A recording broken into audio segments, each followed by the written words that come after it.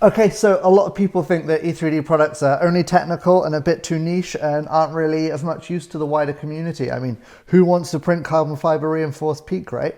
Alternate applications, for example, start with the gold aero heatsink. You can wear that as a piece of bling bling jewelry for you aspiring SoundCloud rappers out there.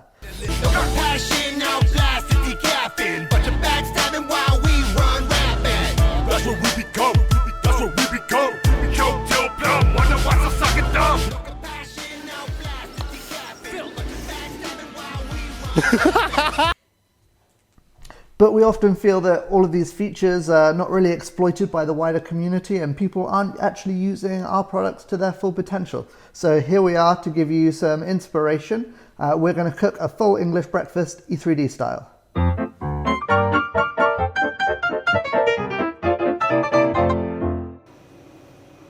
Fire away.